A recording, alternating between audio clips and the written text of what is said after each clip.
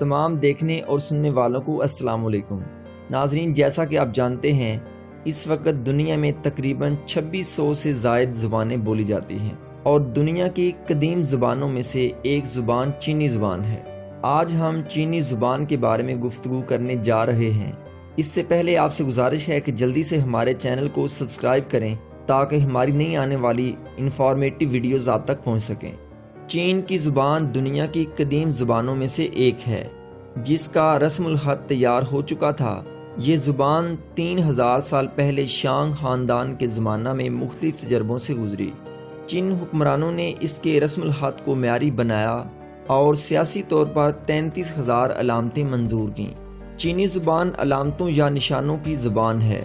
ہر علامت یا نشان کسی ایک حرف کو ظاہر کرتا ہے۔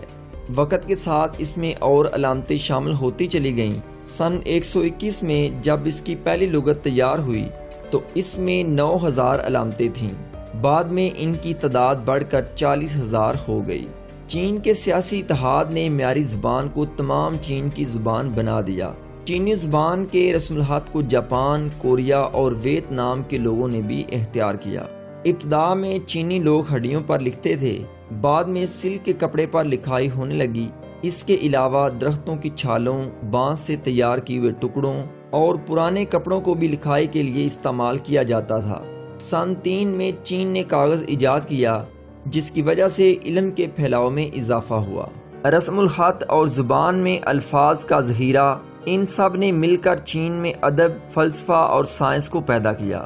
چین کی ابتدا شاعری میں گیت لکھے گئے۔ یہ گیت روزمرہ کی زندگی سے تعلق رکھتے تھے جیسے شادی بیاہ، شکار اور جنگ۔ بعد میں شاعری کے موضوعات میں فطرت، عشق و محبت، ہجر اور زندگی کے معمولات آ گئے۔ چاؤ خاندان کے بادشاہوں نے شاعری کی سرپرستی کی۔ اس زمانہ میں مرثیہ لکھے گئے۔ ہان کے دور حکومت میں خوبصورت نثر لکھی گئی جس نے چینی زبان کو علم و ادبی زبان بنایا۔